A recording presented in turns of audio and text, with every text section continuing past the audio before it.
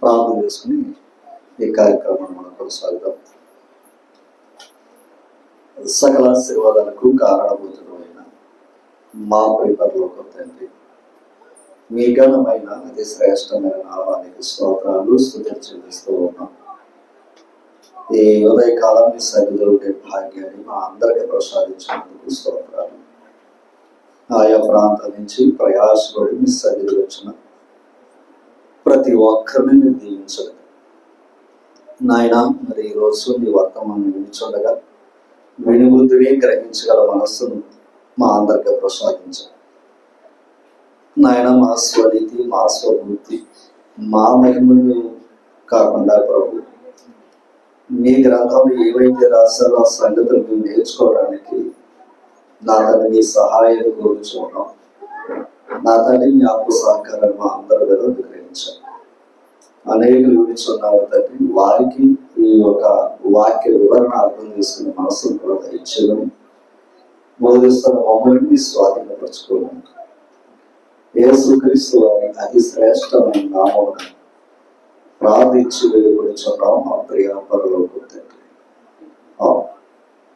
ప్రభు నామమున మరొకసారి అందరికి ప్రత్యేక వందనాలు తెలియజేస్తూ, ముందుగా తండ్రి దేవునికి నా హృదయపూర్వక నిండు స్తోత్రాలు.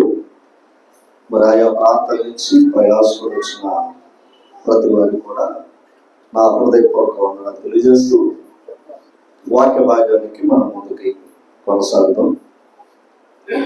ఈరోజు మరి లోకంలో జరిపిస్తున్న ఈ ఫ్రెండ్షిప్ డే గురించి లేదా స్నేహితుల దినోత్సవం గురించి ఎంతో సంతోషంగా ప్రజలు జరుపుకుంటూ ఉన్నారు. అంటే స్నేహము అంటే కేవలం ఇక్కడ అవసరాలు తీర్చడానికి కాదు, లేదా ఇక్కడ ఏదో నలుగురు కలిసి ఉండడానికి స్నేహం మాత్రం కాదు. స్నేహం శాశ్వతమైనది అంటాడు. ప్రేమ శాశ్వతమైనది, స్నేహం కూడా శాశ్వతమైనది అని మాట చెప్తూ ఉన్నాడు.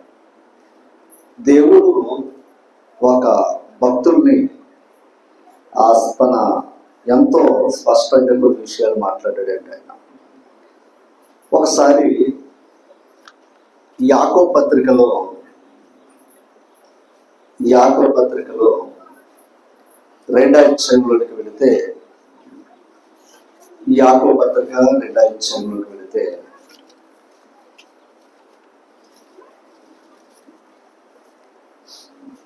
23వ వచనం నుంచి మనం చదువుదాం. యాకోబు పత్రిక 2వ అధ్యాయం 23వ వచనం చదువుతా. కాబట్టి అబ్రహాము దేవుని నమ్మెను, అది అతనికి నీతిగా ఎంచబడును. అబ్రహాము దేవుని నమ్మెను, అది అతనికి నీతిగా ఎంచబడును అను లేఖనం నెరవేర్చబడును.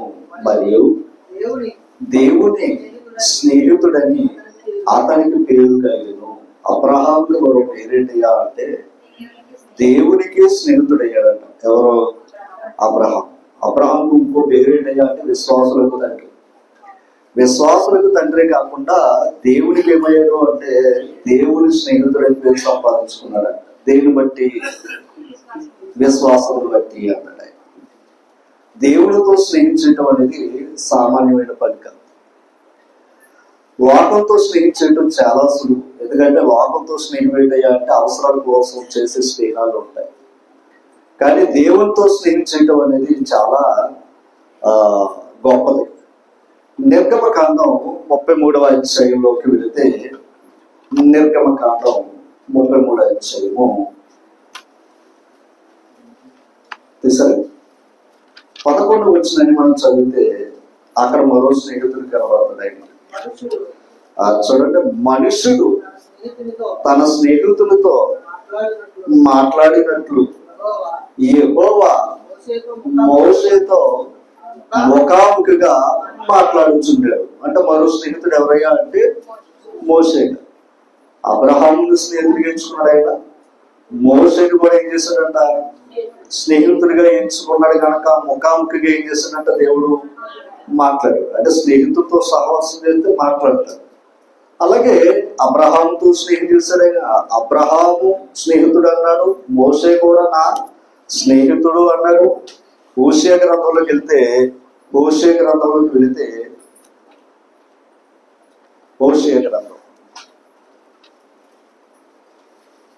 11వ అధ్యాయం, హోషేయ గ్రంథం 11వ అధ్యాయం 4వ వచనం. ఈ మాట ఒకడు మనుషులను తోడుకుపోనట్లుగా స్నేహబంధములతో నేను వారిని బంధించి ఆకర్షించింది. ఒకడు పశువుల మీద కాడిని తీసినట్లు నేను వారి కాడిని తీసి వారి ఎదుట భోజనం పెట్టింది అన్నాడు. ఎవరి గురించి అంటే ఇశ్రాయేలు వారితో గురించి మాట్లాడతాడు. అబ్రహాము నా స్నేహితుడని పేరు సంపాదించుకున్నాడు, మోసే నా స్నేహితుడని పేరు సంపాదించుకున్నాడు. ఎవరో భక్తుడు. ఆ భక్తిని బట్టి దేవుడు నా స్నేహితుడు అని చెప్పాడు. కానీ ఇంకో విషయాన్ని ఏం చెప్పాడంటే, ఇశ్రాయేలు వారితో కూడా ఏ బంధాన్ని కలిగి ఉన్నాడయ్యా అంటే ఈయన స్నేహ బంధంతో కలిగి ఉన్నాడంట. ఒక్కసారి మరలా చదువుదాం వచ్చు. ఒకడు మనుషులను తోడుకుని పోవునట్లుగా స్నేహబంధము చేత నేను వారిని బంధించి. ఏ బంధం? మరి ఈ రోజు అదే కదా, స్నేహ బంధం. ఆ బంధం చేత వారిని ఏం చేస్తాడంటే ఆయన బంధించి. అంటే ఆ బంధం ఏం చేస్తుంది? బంధిస్తుందంట. ఒకప్పుడు వీళ్ళు ఎవరి బందీలో ఉన్నారు? ఐగుప్తు దేశపు రాజు బందీలో ఉన్నారు. ఐగుప్తు దేశం బంధించబడ్డారు వాళ్ళు. ఆయన ఏం చేస్తాడు? బరువులు పెట్టాడు. కానీ దేవుడు ఏం చేశాడు?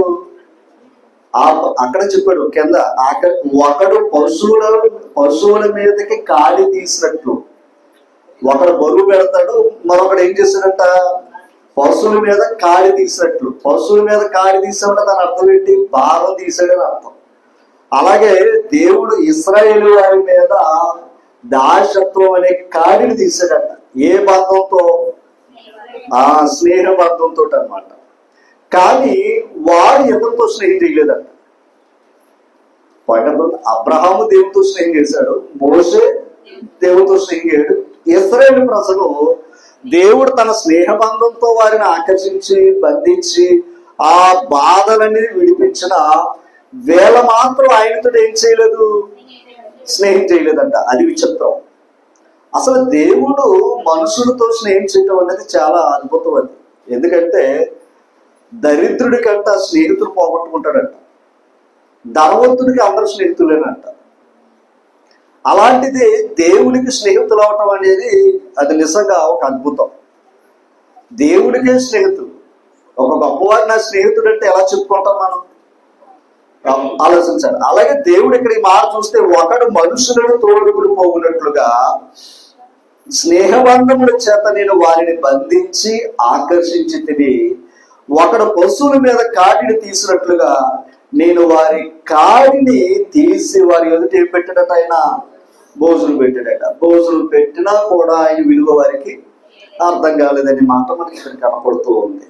అసలు స్నేహాల గురించి మాట్లాడితే దేవుడు కూడా స్నేహం గురించి మాట్లాడుతూ సామెతల గ్రంథం 17వ అధ్యాయము 17వ వచనం.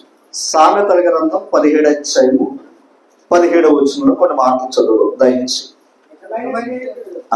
నిజమైన స్నేహితుడు చాలా జాగ్రత్తగా, అంటే దాని అర్థం ఏంటో చెప్పాలి. నిజము కాని స్నేహితుడు కూడా ఉంటారని దాని అర్థం.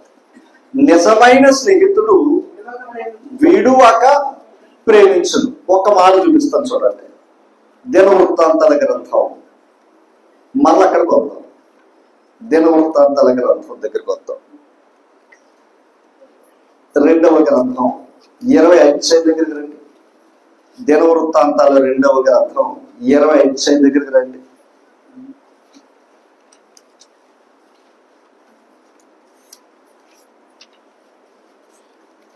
తీసారా?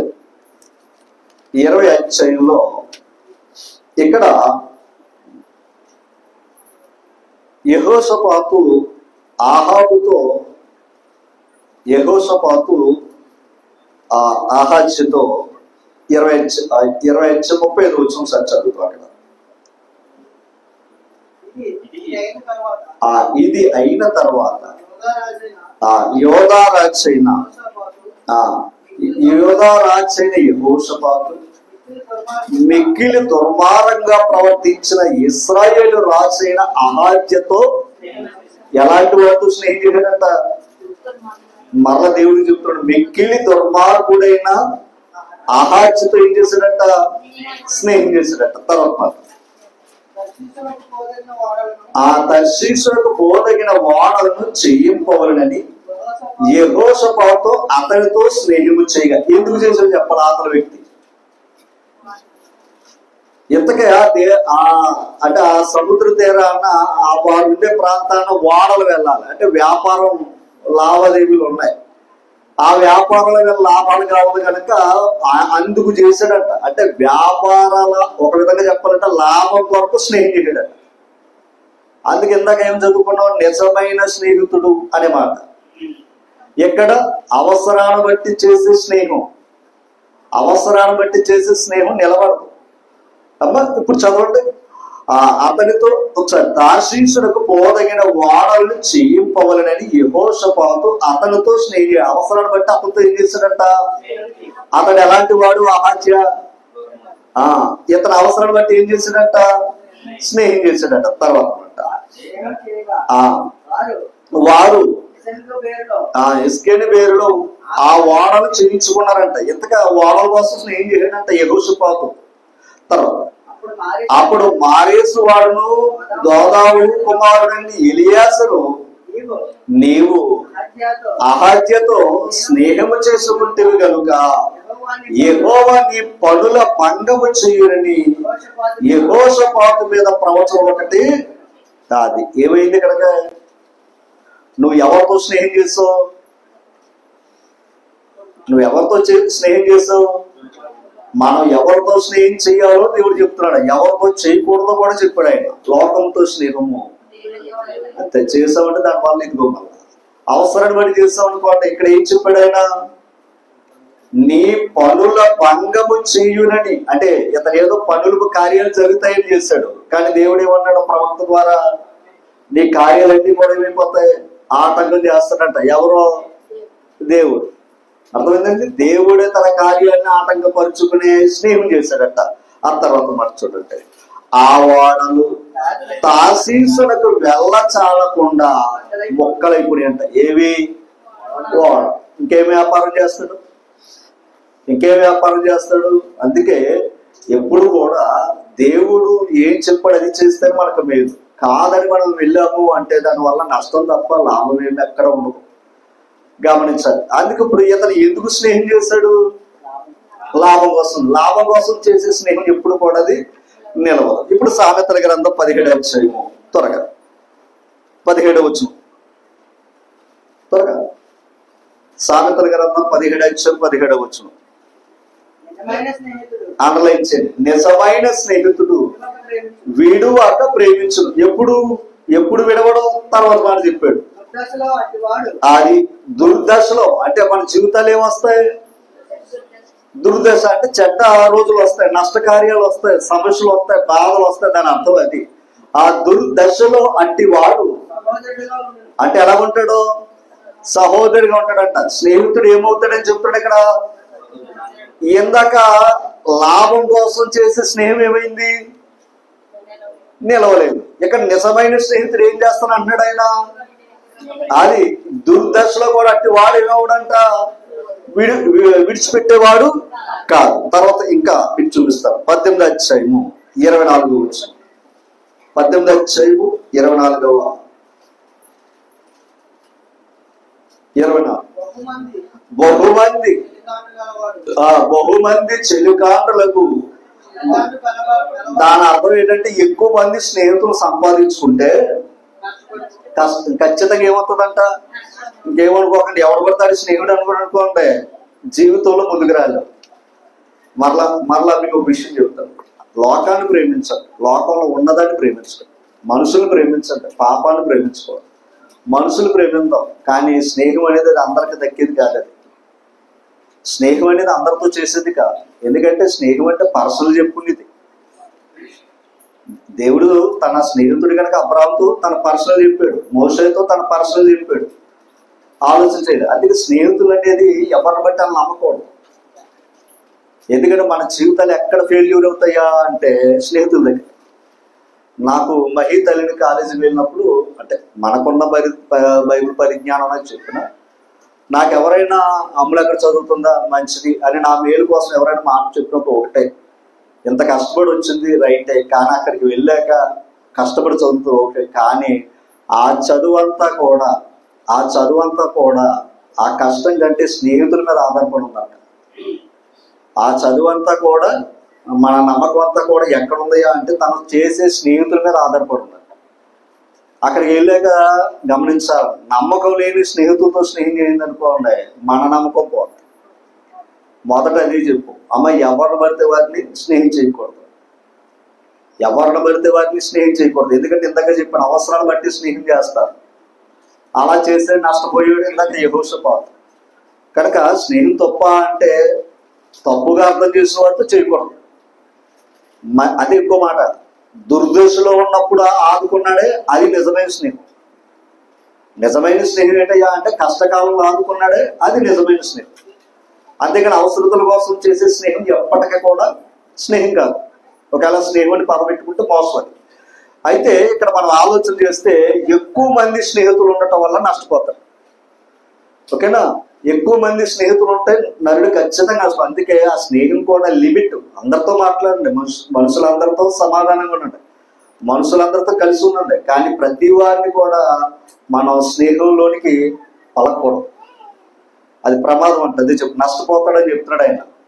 తర్వాత చదువు, ఆ సహోదరుని కంటేను ఎక్కువగా అతియుండు, అంటే సహోదరుడి కంటే ఎక్కువగా హత్తుకునే స్నేహితుడు కూడా కలడు అన్నాడు. ఓకేనా, 27వ అధ్యాయం సామెతలో ఉన్న మాటలు, 27వ అధ్యాయం 6వ వచనం. ఇది ప్రాముఖ్యమైన మాట, మేలును కోరి. ఆ మేలును కోరి స్నేహితుడు ఏం చేస్తాడో, గాయాలంటే దాని అర్థం ఎప్పుడు హెచ్చరికలు చెప్తాడు. అది ఎందుకు చెప్తున్నాడు అంటే నీ మేలు కోసం. పడిపోతారు లేదా జాగ్రత్త, నష్టపోతావు, ఈ హెచ్చరికలు చెప్తున్నప్పుడు ఏమనిపిస్తుంది మనకు, వీడితో స్నేహం చేస్తే మనం ముందుకు వెళ్ళెత్తలేదు లాగేస్తాడని మనం అనుకుంటాం. ఆ తర్వాత ఇంకో మాట చెప్పాడు, పగవాడు. అది ఆల్రెడీ ఏం చేశాడు, పగవాడు అంటే మనం ద్వేషించేవాడు, కానీ మనతోటే ఉన్నాడు. ఏం చేస్తున్నాడు, మాటలు ఏం చూపిస్తున్నాడు, ముద్దు. కనుక అది ఏమవుతుందో నష్టం. మనం నష్టపోవాలని కోరుకునే వాళ్ళు కూడా ఉంటారు. మరలా చెప్తున్నాను, మనం బాగుండాలని కోరుకునేవారు కొంతమంది, కానీ మనం నష్టపోవాలని కోరుకునేవారు ఎక్కువ శాతం ఉంటారు ఎప్పుడైనా సరే. ఓకేనా, అందుకని ఇక్కడ ఏమన్నాడు, మేలును కోరి స్నేహితుడు ఏం చేస్తున్నాడు, గాయములు చేయును అని చెప్పాడు అక్కడ. సరే 10వ వచనం దగ్గరికి కూడా వెళ్ళిపోతాం. అక్కడే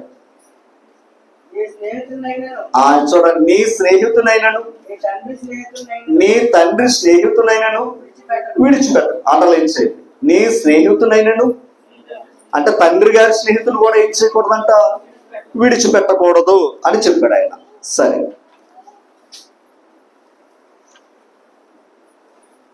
రాజులు మొదటి గ్రంథం 5వ అధ్యాయం, రాజులు మొదటి గ్రంథం 5వ అధ్యాయం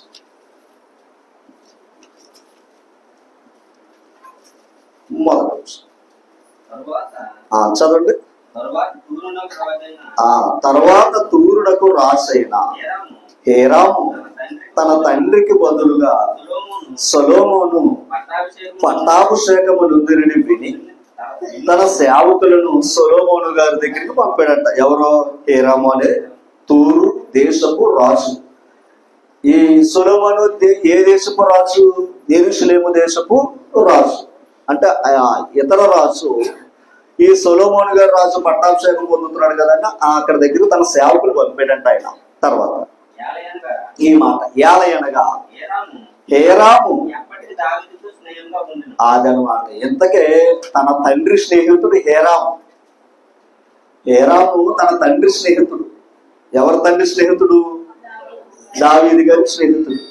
అందుకని ఇందాక మనం చదువుకున్నది అదే, ఏమని, నీ స్నేహితునైనను నీ తండ్రి స్నేహితునైనను విడిచిపెట్టొద్దు అన్నాడు. ఇప్పుడు తండ్రి స్నేహితుడు ఏరాము గనక ఆ స్నేహాన్ని కాపాడుకున్నాడు గనక సొలొమోను గారు కట్టబోతున్న మందిరానికి, నగరానికి ఆయనే ముడిసరుకు పంపాడంట. అని ఇప్పుడు స్నేహం ఏమైంది? అవసరతలు తీర్చింది. అంటే అవసరాల కోసం స్నేహం చేయలేదు. మళ్ళా గుర్తుపెట్టుకోండి, అవసరాల కోసం స్నేహం చేయలేదేలో, కానీ స్నేహంలో ఏమైంది? అదనమాట. అవసరత కోసం చేసేది ఆ క్షణమే, కానీ స్నేహం కొనసాగిస్తే ఆ మేలు ఎప్పుడు కూడా పొందుతూనే ఉంటాం. ఓకేనా అమ్మా? ఇప్పుడు తండ్రి స్నేహితుడు కూడా ఏం చేశాడు?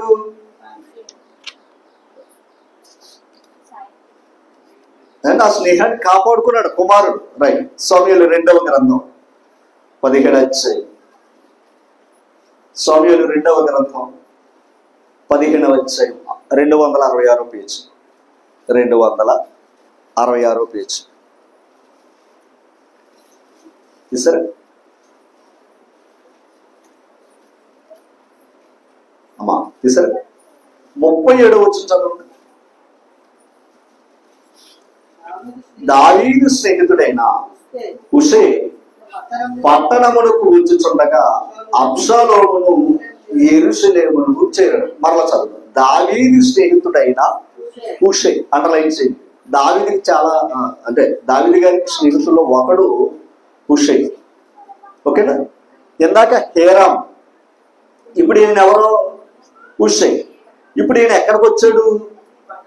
అబ్షాలోము దగ్గరికి వచ్చాడంట. యెరూషలేములో ఉన్న అబ్షాలోము దగ్గరికి వచ్చాడంట. ఆల్రెడీ ఈ హుషై ఎక్కడ ఉన్నాడో తెలుసా? దావీదు గారు మన కుమారుడు తరుగుతుంటే అడవుల్లో పరిగెడుతున్నాడు ఈయన. ఎవరో? దావీదు గారు. ఆ కష్టకాలంలో ఉన్నప్పుడు అక్కడికి వెళ్ళాడంట. ఎవరో? హుషై. ఆ కష్టకాలంలో ఉన్న ఆ కష్టకాలంలోకి వెళ్ళాడంట. ఎవరో? హుషై స్నేహితుడు. గుర్తుపెట్టుకోండి, రాజు ఉన్నప్పుడు అక్కడ వచ్చి మాట్లాడలేదు ఆయన. కష్టకాలంలో ఉన్నప్పుడు, దుర్దశలో ఉన్నప్పుడు ఆ సమస్యలకు వెళ్ళి నేను నీతోటే ఉంటాను అన్నాడంట. ఎవరో? ఈ హుషై అతను. ఉంటే దావీదు అన్నాడు, నువ్వు ఇక్కడ ఉండటం కంటే నువ్వు నా కుమారుడి దగ్గర ఉంటే అక్కడ ఆల్రెడీ అహితోపేలు అనేవాడు ఏం చేస్తున్నాడో నా మీద, వాడికి నా కుమారుడికి చెడును నేర్పుతూ ఉన్నాడు, నా మీద చెడ్డ నేర్పుతూ ఉన్నాడు కనుక వాడు ఆలోచన చెడగొట్టరా బాబు అని ఇతను అక్కడ పంపాడంట. ఎవరో? 15వ అధ్యాయము 31వ వచనం. 30వ వచనం చదవండి. అయితే దావీదు ఒలివ చెట్ల కొండ ఎక్కుచు ఏడ్చుచు తల కప్పుకుని పాదరక్షములు లేకుండా కాలి నడకన వెళ్ళాను. రాజు ఇప్పుడు ఎలా ఉన్నాడు? దుర్దశలోకి వెళ్ళాడు. అర్థమైంది? ఒకప్పుడు రాజు, ఎంతో గొప్పగా కీర్తించబడిన రాజు, ఇప్పుడు ఏ స్థితిలో ఉన్నాడు? అప్పుడేమో మహాదశలో ఉన్నాడు, ఇప్పుడేమో దుర్దశలో ఉన్నాడు. ఓకేనా? ఇప్పుడేమో కష్టకాలంలో ఉన్నాడు. అతని యొద్దనున్న జనులందరూ తలలు కప్పుకుని ఏడ్చుచు కొండ ఎక్కిరి కొందరు. తర్వాత అంతలో ఒకడు వచ్చి అబ్షాలోము చేసిన కుట్రలో అహితోపేలు చేరి ఉన్నాడని దావీదునకు తెలియచేయగా, అంటే అర్థం చేసుకో, కుట్రలో ఎవరున్నారట? అహితోపేలు ఉన్నాడంటే. ఎంతగా అహితోపేలు ఎవరో కాదు, దావీదు గారు ఒకప్పుడు మంత్రి. అర్థమైంది? తనతో ఉన్నవాడు తనకి ఏం చేస్తున్నాడు? ఇప్పుడు కుట్ర చేస్తున్నాడంట. అది లోకం. ఓకేనా? కుట్ర చేస్తుంటే చూడండి, దావీదు యెహోవా చూడండి, యెహోవా అహితోపేలు యొక్క ఆలోచన చెడగొట్టమని ప్రార్థన చేశాడంట. అంటే ఇప్పుడు ఏం చేశాడు? అతను ప్రార్థన చేశాడు, ఆ ఆలోచన చెడగొట్టమయ్యా అని ప్రార్థన చేస్తే ఆ తర్వాత మాట, దేవుని ఆరాధించు స్థలం ఒకటి ఆ కొండ మీద ఉండేను. వారు అచ్చటికి రాగా అర్కీయుడైన హుషై తన పై వస్త్రములు చింపుకుని తమ తల మీద ధూళి పోసుకుని వచ్చి రాజును దర్శనం చేశాడు. రాజుగారు చూసి ఎడుతున్నాడంట. ఎవరో? హుషై. ఆ కష్టకాలంలో చూసి ఎడుతున్నాడంట. చూసి నేను నీతోటే ఉంటాను. చూడండి తర్వాత, రాజు నీవు నాతో కూడా వచ్చిన నాకు భారంగా ఉంటావు. నీవు పట్టణమును తిరిగిపోయి, రాజా ఇంతవరకు నీ తండ్రికి నేను సేవ చేసినట్టు ఇక నీకు సేవ చేసిన అబ్షాలోముతో చెప్పిన ఎడలా నీవు నా పక్షము వాడవై ఉండి అహితోపేలు యొక్క ఆలోచన చెడగొట్టగలుగుతావు అన్నాడు అనమాట. నువ్వు అక్కడే ఉంటే, నా అబ్షాలోముతో కలిసి ఉంటే, ఆ అహితోపేలు అనేవాడు అక్కడ ఏం చేస్తున్నాడు? అబ్షాలోముకి నూరు పోస్తున్నాడు. నువ్వు అక్కడ ఉంటే ఏం చేస్తావు? ఈ ఆలోచన చెడగొడతావు అని ఇతను అక్కడ పంపాడంట. ఎవరినే? హుషై. ఇప్పుడు ఇతను ఎక్కడికి వెళ్ళాడు? అబ్షాలోము దగ్గరికి వెళ్ళాడు. అప్పుడు అహీతోపేలు చెప్పిన మాట ఊషే ఇది కరెక్ట్ కాదని చెప్పడంతో ఊషే చెప్పిన మాట ప్రజలందరికీ నచ్చడంతో ఈ అహీతోపేలు వెళ్ళి ఏం చేసాడో తెలిసి ఊరి పెట్టుకుని చచ్చిపోడంట. మీరు 17 అధ్యాయం ఇంటికి వెళ్ళి చదివితే. ఓకేనా? అంటే ఇప్పుడు స్నేహితుడు కష్టకాలంలో ఉన్నాడు, దుర్దశలో ఉన్నాడు. ఊషే ఏం చేశాడు చెప్పండి? విడువకి ఏం చేశాడు? ప్రేమించాడు. ఆ దుర్దశలోంచి కూడా ఏం చేశాడు? అతను తప్పించాడు. అది స్నేహం, అది స్నేహం.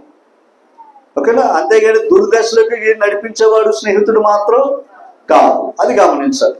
రైట్. కనుక మరి కొన్ని విషయాలు మనం ఈ రోజు నేర్చుకోబోతూ ఉన్నాం.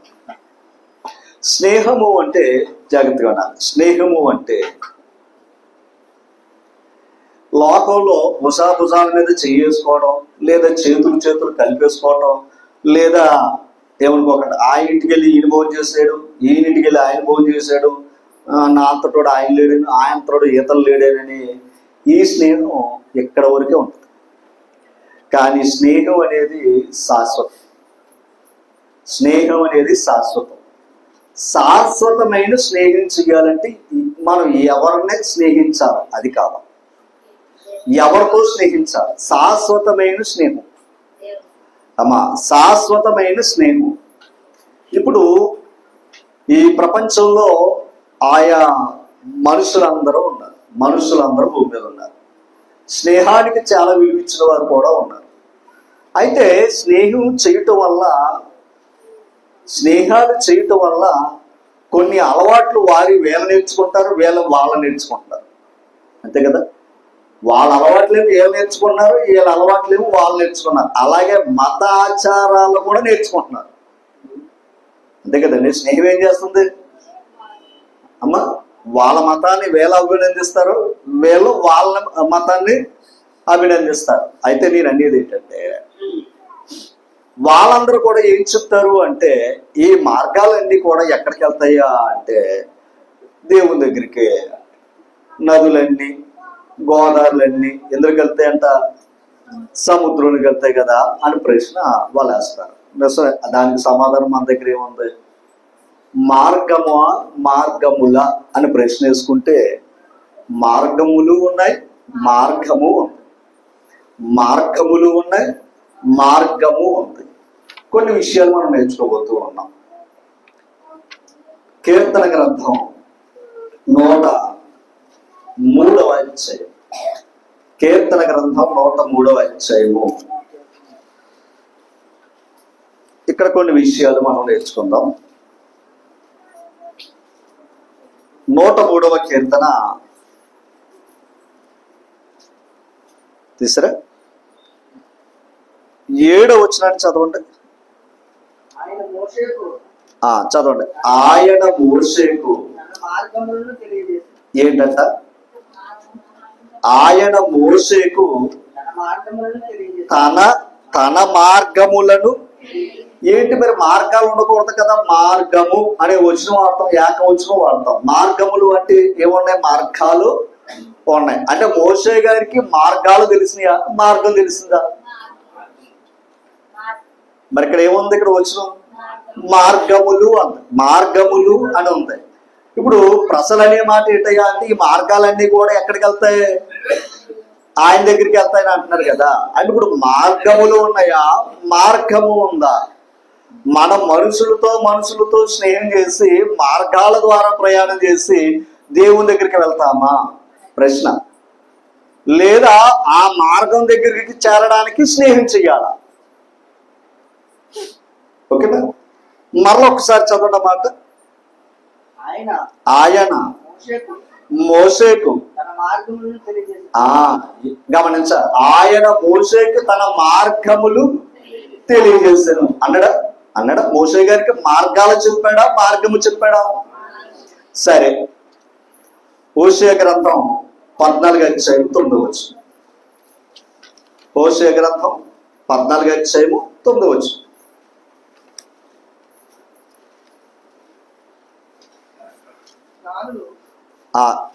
అమ్మా చదువు. జ్ఞానులు ఈ సంగతులను వివేచింతురు, బుద్ధిమంతులు వాటిని గ్రహింతురు. ఎలయనగా అంటలేండి. మార్గం అనాలా, మార్గములు అనాలా? మరి ఇక్కడ కూడా వచ్చింది ఆ మార్గములు. యెహోవా మార్గములు చక్కనివి, నీతిమంతులు దాన్ని అనుసరించి నడుచుకుందురు. నీతిమంతులు దాన్ని అనుసరించి నడుచుకుందురు. అండర్లైన్ చేసుకోండి. ఎక్కడ? మార్గములోంచా మార్గాల్లోంచా? మార్గములలోంచి నడుచుకుంటారు అన్నాడు. పాయింట్ అర్థం చేసుకోవాలి. మార్గం దగ్గరికి ఇంకా మనం వెళ్ళాలి. మార్గాల గురించి చూపిస్తున్నాను మీకు. తర్వాత ఉంటుంది, అనుసరించి నడుచుకుందురు గాని తిరుగుబాటు చేయవారు దానికి అది అడ్డుము గనుక వారు ఏమవుతారంట? త్రొట్టిల్లుదురు అన్నాడు ఆయన. ఓకేనా? త్రొట్టిల్లుదురు అన్నాడు ఆయన. సరే, ఇర్మియా గ్రంథంలోకి వెళ్తాం. ఇర్మియా గ్రంథంలోకి వెళ్తాం. 6వ అధ్యాయం 16వ వచనం. చూడండి అక్కడ, యెహోవా ఎలాగూ సెలవిచ్చుచున్నాడు, మార్గములలో. అంటే అప్పటికి ఏముండే? మనుషుల దగ్గర ఏమున్నాయి? మార్గాలు ఉన్నాయి. అమ్మా, హైదరాబాద్ వెళ్ళడానికి ఎన్ని ఉన్నాయి మార్గాలు? ఎలాగైనా వెళ్ళొచ్చు. అంతేనా కదంటారా? ఇలాగైతేనే వస్తుంది హైదరాబాద్. ఓకేనా? అంటే మార్గము ఉందా? మార్గములు ఉన్నాయా? మార్గములు ఉన్నాయి. గుర్తుపెట్టుకోవాలి సుమా. ఒక ప్రాంతానికి వెళ్ళాలి అంటే మార్గములు ఉంటాయి. ఓకేనా? చూడండి, మార్గములలో నిలిచి చూడుడి. అనలైజ్ చేసుకోండి. మళ్ళీ ఏ మార్గాలో? పురాతన మార్గములను గురించి విచారించుడి. అంటే ఆల్రెడీ గమనించాలి. ఆల్రెడీ ఆ మార్గాలు ఏంటి తెలుసు? ఎప్పటి నుంచో ఉన్న పురాతన మార్గాలు. మళ్ళా ఆ పురాతన మార్గముల గురించి విచారించుడి. ఇప్పుడు చెప్పాడు అక్కడ. అంటే ఆ మార్గాల్లో ఉండి మేలు కలుగు మార్గమేది అని అడిగి, అంటే ఆ మార్గాల్లోనే ఏమనాలంట? మేలు కలుగు మార్గమేది అని అడిగి అందులో నడుచుకుని అప్పుడు మీకు నెమ్మది కలుగు. ఎక్కడ? మార్గాలను పరిశీలన చేయండి, మార్గాల్లో నిలిచి చూడండి, మేలు కలుగు మార్గం ఏదో దాంట్లో అనుసరించి నడవండి. అప్పుడు మీకు ఏం కలిగింది? మేలు కలిగింది, ఆ నెమ్మది కలిగింది అన్నాడు. అట్లా కొంచెం మరలా దాన్ని వివరిస్తాను. కీర్తన గ్రంథం 84 అధ్యాయం. కీర్తన గ్రంథం 84 అధ్యాయం 5వ వచనం. నీ వలన బలము నొందు మనుషులు ధన్యులు. అనరించండి, యాత్ర చేయు మార్గములు వారికి అతి ప్రియములు. యాత్ర చేయు మార్గములు, యాత్ర చేయు మార్గములు వారికి అతి ప్రియములు. ఇంతకీ ఎక్కడికి యాత్రలు చేస్తున్నారు అంటే వీళ్ళు 2వ వచనం. యెహోవా అది మందిర ఆవరణము చూడవలనని నా ప్రాణం ఎంతో ఆశపడుచున్నదని చెప్పాడు. దాని అర్థం ఏంటంటే జాగ్రత్తగా ఉండాలి. యాత్ర చేయు మార్గములు అన్నాడు ఇందాక. యాత్ర చేయు మార్గములు అంతేనా? యాత్ర చేయు మార్గములు అన్నాడు. మోషేకి తన మార్గాలు చెప్పాడు. మోషేకి మార్గాలు చెప్పాడు. యెహోవా మార్గములు తెలుసుకున్న వారు అందులో నడుస్తారని చెప్పాడు ఇందాక. మోషే గ్రంథం 14:9 వచనంలో. మార్గములు మార్గములు అనే మాట మీకు వివరిస్తూనే వచ్చాను నేను. మార్గములో నిలిచి చూడి మేలు కలుగు మార్గం ఏదో అందులోకి వెళ్ళండి అని చెప్పాడు ఆయన. మేలు కలుగు మార్గం ఏదో అందులోకి వెళ్ళండి అన్నాడు.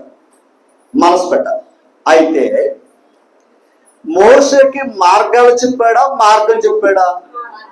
యేసు ప్రభు లోకానికి వచ్చి ఏం చెప్పాడు? మార్గాలు చెప్పలా, మార్గం చెప్పాడు. మోషే ఏం చెప్పాడు? మార్గమే చెప్పాడు. కానీ దేవుడు ఆయనకి మార్గాలు చూపించాడు. అంతేనా? కన్ఫ్యూజ్ అవ్వద్దు. దాని అర్థం ఏంటంటే వీళ్ళు ఎక్కడి నుంచి వస్తున్నారు? ఐగుప్తు దేశం నుంచి.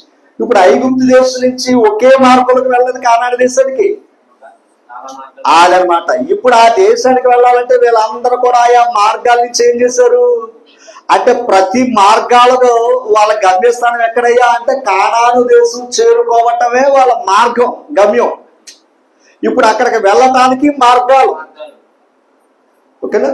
ఇప్పుడు వాళ్ళు అక్కడికి వెళ్ళటానికే ఈ మార్గాలు ఎవరో ఆదనమాట. ఆ మార్గాలన్నింటిలో కూడా దేవుడు వారికి తోడుగా ఉన్నాడు. ఎక్కడికి వెళ్ళేంత వరకు రైట్. ఇప్పుడు కానాను దేశానికి వెళ్ళారు. ఆ దేశంలో వారు నివాస స్థానాలు ఏర్పాటు చేసుకున్నారు, మందిరాన్ని కట్టించుకున్నారు. చాలా గట్టిగా ఉన్నారు. మందిరం కట్టబడ్డది. ఇప్పుడు మందిరం కట్టబడిన వాళ్ళు ఎంత దూరంలో ఉన్నా మరలా దేవుడి మందిరానికి వాళ్ళు ఏం చేయాలి? యాత్ర చెయ్యాలి. యాత్ర చేయటం ఒకే మార్గం నుంచి రావడానికి లేదు. అక్కడ ఒకే మార్గం నుంచి రావడానికి లేదు. ఎందుకంటే ఆయా రాష్ట్రాలు ఉన్నాయి, ప్రాంతాలు ఉన్నాయి కనుక ఆ మార్గాలన్నీ కూడా యాత్ర చేసి ఇప్పుడు ఎక్కడికి రావాలి? దేవుని మందిరానికి రావాలి. ఐగుప్తు దేశంలో ఉండగా మార్గాలన్నీ కానాను దేశానికి నడిపించాయి. యెరూషలేములో ఉన్న ప్రజలందరూ కూడా వాళ్ళ ప్రాంతంలో జీవిస్తున్న ఆ ప్రయాణాలు బట్టి ఆ యాత్ర చేసుకుంటూ ఆ మార్గాలు అనుసరిస్తూ దేవుని మందిరం దగ్గర రావాలి. ఓకేనా? ఓకేనా? అర్థమైంది మీకు ఏదన్నా?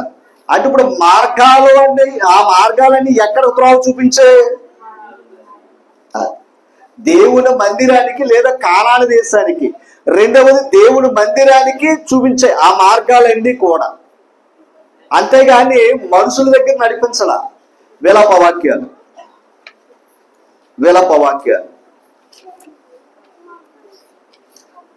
103వ అధ్యాయం,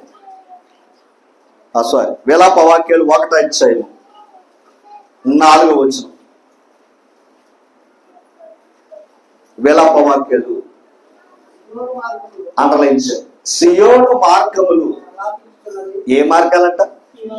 అంటే సియోను మార్గములు ఏం చేశాయంట? అంటే సియోను సియోనులు ఏమున్నాయి? మార్గాలు ఉన్నాయి. ఇంతక వాళ్ళందరూ ఎక్కడికి వెళ్ళాలి? నియమించిన కూటములకు రాలేదు. ఎక్కడికి రావాలి? వాళ్ళందరూ దేవుని దగ్గర రావాలి. వాళ్ళ దేవుని దగ్గర రాలేదు కనుక ఆ మార్గాలన్నీ కూడా ఏం చేస్తున్నాయి? అదనమాట. మార్గాలు ఉన్నాయి లేవా? అది ఎక్కడికి? ఆ మార్గాలన్నీ కూడా ఎక్కడికి? రైట్. నదులన్నో లేదా కాలువలన్నో ఇవన్నీ కూడా ఈ మార్గాలన్నీ ఎక్కడికి? సముద్రం అనగా ఆ మార్గం దగ్గరికి రావాలి. అంతేగాని ఆ మార్గాలను సృష్టించలేదు ఆయన మార్గం దగ్గర రావడానికి ఈ మార్గాలన్నీ కూడా. ఈ మార్గంలో నువ్వు ఎక్కడున్న ప్రపంచంలో ఎన్ని దేశాల్లో ఎక్కడ ఉన్నా ఓకేనా, ఆయన మార్గం దగ్గర రావాలి. ఈ మార్గాలన్నీ ఈ మార్గం దగ్గర రమ్మన్నాడు. అందుకే పురాతన మార్గములన్నీ విచారించి చూడండి. మేలు కలుగు మార్గమేదో అక్కడికి రండి. అక్కడ ఏముంది చెప్పండి? అక్కడ ఏముంది? సరే, మత్తయి సువార్త 11వ అధ్యాయము. మత్తయి సువార్త 11వ అధ్యాయము. తీసారమ్మా? 29వ వచనం, 28వ వచనం చెప్తారు. చూడండి. ప్రయాసపడి భారం మోసుకున్న సమస్త జనులారా. ఏమన్నాడు ప్రభు? యేసు ప్రభు ఏమన్నాడు? నా దగ్గరికి రండి అన్నాడు ఆయన. ఎవరినే? అంతేగాని కేవలం కొందరిని పిలవలేదు ఆయన. ఇంకా చెప్పాలంటే సర్వలోకానికి వెళ్ళి పిలవమన్నాడు ఆయన. ఓకేనా? అందరిని పిలవమన్నాడు, కొందరిని పిలవలేదు ఆయన. ఒక మాట అడుగుతున్నా జాగ్రత్తగా. లోకం ఎవరిని పిలుస్తుంది? తన వారిని పిలుస్తుంది. అందరిని పిలవదు కదా. కానీ ప్రభు ఏం చేస్తున్నాడు? సమస్త జనులారా నా యొద్దకు రండి. తర్వాత నేను మీకు విశ్రాంతి. ఒక మాట ఎందుకేం చెప్పాడు ఆయన? అది ఇప్పుడు ఆ మేలు కలుగు మార్గంలో ఏముంది? నెమ్మది. అప్పుడు యేసు ప్రభు ఏమిస్తానన్నాడు? అది అంటే ఆ మాట ఇప్పుడు అర్థం. పురాతనమైన మార్గాలన్నీ కూడా పరిశీలన చేసుకోండి. మేలు కలిగి మార్గం ఏదో విచారించి అందులో రండి. అంతేనా? ఇప్పుడు ఏమన్నాడు? ఆ మార్గంలో ఏముంది? మీకు మేలు ఉంది, రెండవది నెమ్మది ఉంది. ఇప్పుడు యేసు ప్రభు ఏమన్నాడు? విశ్రాంతి, నెమ్మది. మత్తయి సువార్త 22వ అధ్యాయం 16వ వచనం. మత్తయి సువార్త 22వ అధ్యాయం 16వ వచనం. చదువు. బోధకుడా నీవు. ఎవరన్నారు? ఒక మనుషుడు వచ్చి మాట్లాడుతాడు అక్కడ. చూడండి. బోధకుడా నీవు సత్యవంతుడు అయి ఉండి దేవుని మార్గము సత్యముగా బోధించుచున్నామని. ఒకసారి యేసు ప్రభు లోకానికి వచ్చి ఏం బోధించాడు? మతమా మార్గమా? మతమా మార్గాల? రెండు కాదు, మార్గమే. అర్థం చేసుకోవాలి. యేసు ప్రభు లోకానికి వచ్చి మార్గాలు చెప్పలా, మార్గాల మోసే చెప్పాడు. అర్థమైందండి? పూర్వకాలంలో చెప్పాలంటే మోసే గారు చెప్పినా, వీళ్ళందరూ చెప్పినా, వాళ్ళ వాళ్ళ మార్గాలలో ఉండి ఏది చెప్పినా మార్గం దగ్గరికి చెప్పారు, యేసు ప్రభు దగ్గరికి చెప్పారు. ఇప్పుడు యేసు ప్రభు కూడా ఏం చెప్తాడు? లోకానికి వచ్చి మతం చెప్పలా, మతం ఏంటో చెప్తాను ఈరోజు. అర్థమైందండి? మార్గం ఏంటో చెప్తాను ఈరోజు. గమనించాలి. ఇక్కడ ఏమన్నాడు? దేవుని మార్గము సత్యముగా బోధిస్తున్నాం. ఎంత సర్టిఫికెట్ అండి ఇది! లోకంలో తప్పుడు మనుషులు ఆయన అపార్థం చేసుకున్నవారు అన్న. ఎక్కడ కూడా ఇంకొక మాట చెప్పాలంటే 15 వచనం, అప్పుడు పరిశీలు వెళ్ళి మాటలతో ఆయనను చెక్కపరచవలని ఆలోచన చేయరట. యేసుప్రభుడు మాటలు ఏం చేయాలంట? పట్టేసుకుందాం అన్నట్టుగా మాట్లాడారట. తర్వాత మాట చదవండి. బోధకుడా, నీవు సత్యవంతుడు అయ్యింది, దేవుని మార్గము సత్యముగా బోధించుచున్నావనియు, నీవు ఎవరిని లక్ష్య పెట్టకయు మోమాటము లేని వాడవనియు జరుగుదు. ఎంత గొప్ప స్టేట్మెంట్ అండి ప్రభుకి! నచ్చనోడు మాట్లాడుతున్నాడు. నచ్చన ప్రభు అంటే నచ్చనవాడు మాట్లాడుతున్నాడు.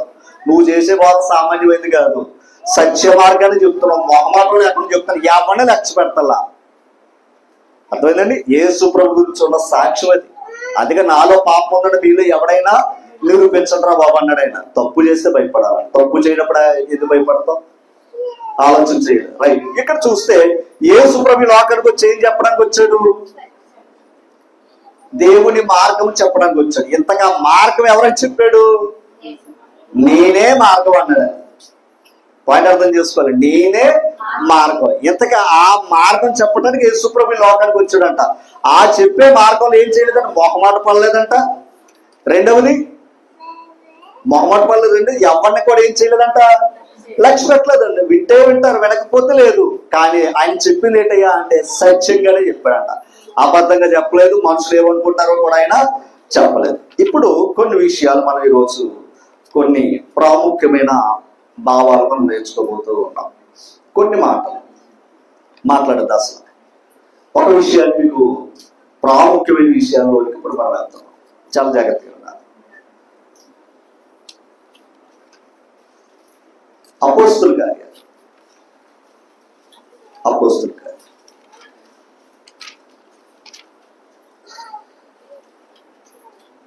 24. అపోస్తుల కార్యాలు 24.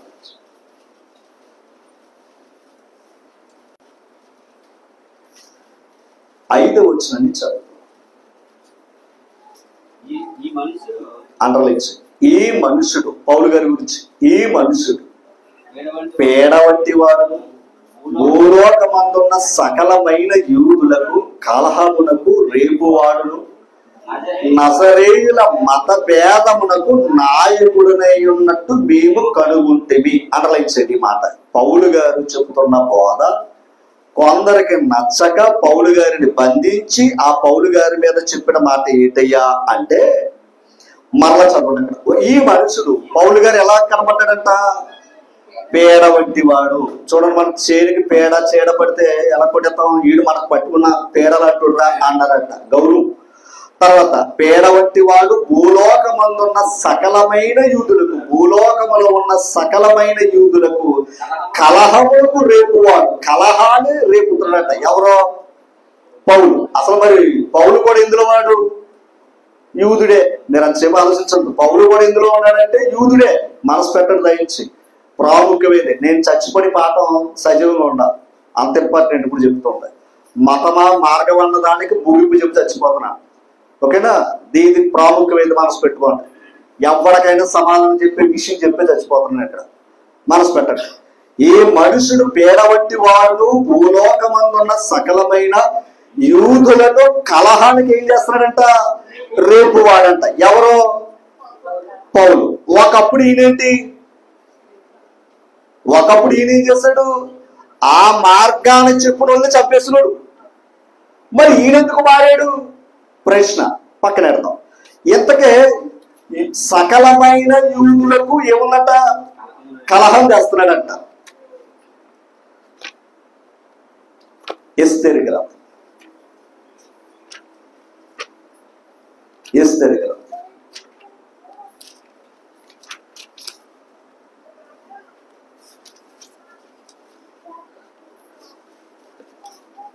చూసారా? 8 అధ్యాయం 16 రోజు. 8 అధ్యాయం 16 రోజు.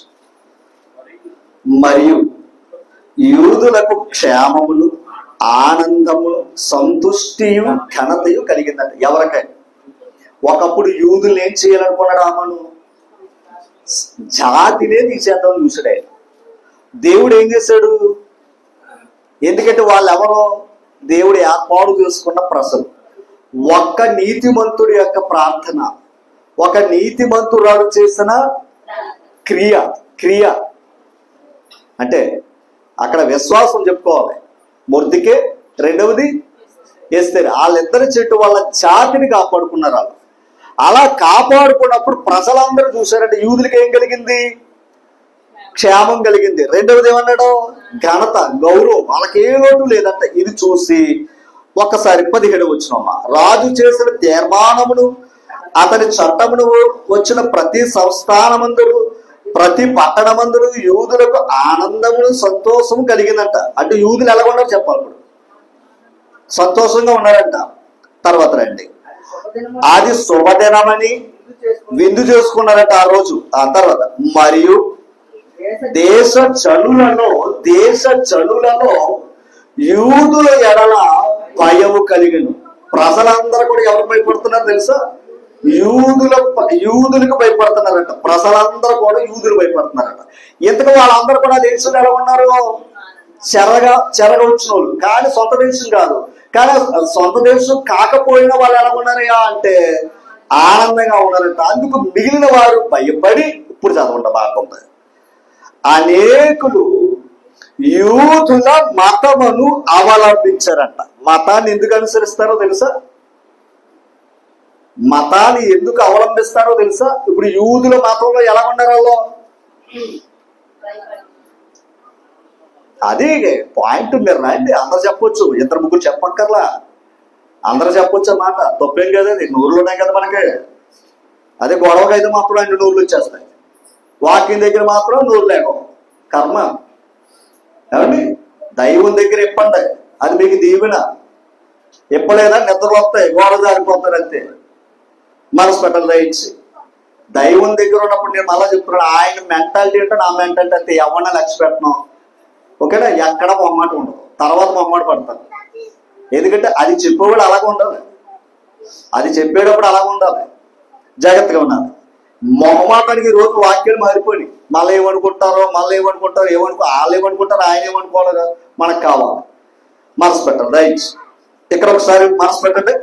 యూదుల మతాన్ని ఏం చేశారంటే వాళ్ళు ఎందుకు అనుసరించారు? ఆ ప్రజలు వాళ్ళ మతం కాదే, అప్పటికి వాళ్ళు వేరే మతంలో ఉంటారు కదా,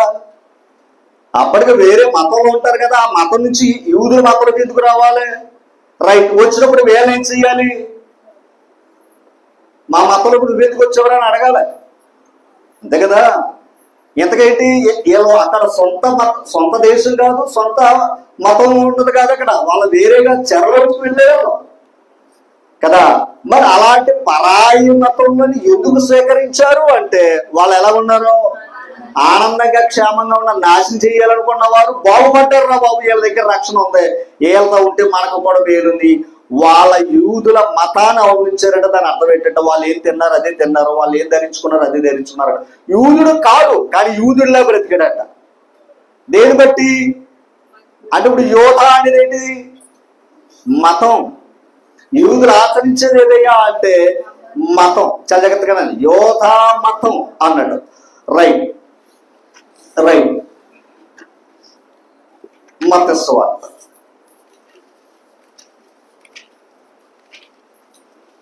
23:15 త్వరగా. అయ్యో వ్యాసరాడులైన శాస్త్రులారా, పరిశీలారా, ఒకరిని మీ మతములో కలుపుకొనుటకు, అండర్లైన్ చేయండి, ఒకరిని మీ మతములో కలుపుకొనుటకు మీరు సముద్రమును భూమి ఇంటి చుట్టూ వస్తారు. అవసరమైతే ఒకని మీలో కలుపుకోవడానికి ఎంత దూరమైన ప్రయాణం చేస్తారు. అతన్ని మీలో ఏం చెయ్యాలి? కలుపుకోవాలి. కలుపుకోవడానికి మీరు ఎంత దూరమైన వెళ్తారు, ఎంత కార్యమైనా చేస్తారు అని అన్నాడు ఆయన. ఎవరో యేసు ప్రభు. ఎందుకంటే అప్పటికి శాస్త్రులు పరీక్షలకి ఏది పిచ్చి? మత పిచ్చి. ఎందుకంటే మతంలోకి జనం వచ్చి కొద్ది ఇలా బలం పెరుగుతుంది. వీళ్ళ వైపు తిరుగుతున్నారు ప్రజలందరూ. వీళ్ళు ఏం చెప్తారు చేస్తున్నారు. అక్కడ దేవుడు చెప్పింది పక్కనెట్టేశారు. అర్థమైంది? దేవుడు చెప్పింది పక్కనెట్టేశారు అలా. ఇప్పుడు మతం కలుపుకోవాలి. వీళ్ళకి జనం పెరుగుతున్నారు. ఎవరికే? అదనమాట. అందుకే అదే అన్నాడు ఆయన. అవసరంగా మతంలో, మీ మతంలో కలుపుకోవడానికే అవసరమైతే ఈ సముద్రం దాటేస్తారు, భూములు కూడా కూల్చొచ్చేస్తారా బాబు అన్నారు. కానీ అతన్ని కలిసినప్పుడు, చదవండి, అతడు కలిసినప్పుడు అతను మీకంటే రెండంతల నరక పాత్రుడుగా, ఏంటో తెలుసా, మీకంటే అన్ని నరక పుత్రుడు అని మనకు తెలుసా, వాడిని కూడా మీతో పాటు నరకలో పడేస్తారా అన్ని కూడా అన్నారట. అంటే మతంలో కలుపుకుంటే ఎక్కడ పోతామని చెప్పాడు ఆయన యేసుప్రభు. డైరెక్ట్ గా చెప్పండి అమ్మా, నరకానికి వెళ్ళిపోతారా? అంతేనా? మీరు ఆయన కలుపుకోవడానికి అంత చేసిన ఆన్ని కూడా మీరు ఎక్కడ తీసుకుపోతున్నారు? నరకానికి తీసుకుపోతున్నారా అని చెప్పాడు ఆయన. ఓకేనా? ఇప్పుడు అపోస్తలుల కార్యాల దగ్గర రండి. 24 అధ్యాయం 5వ వచనం.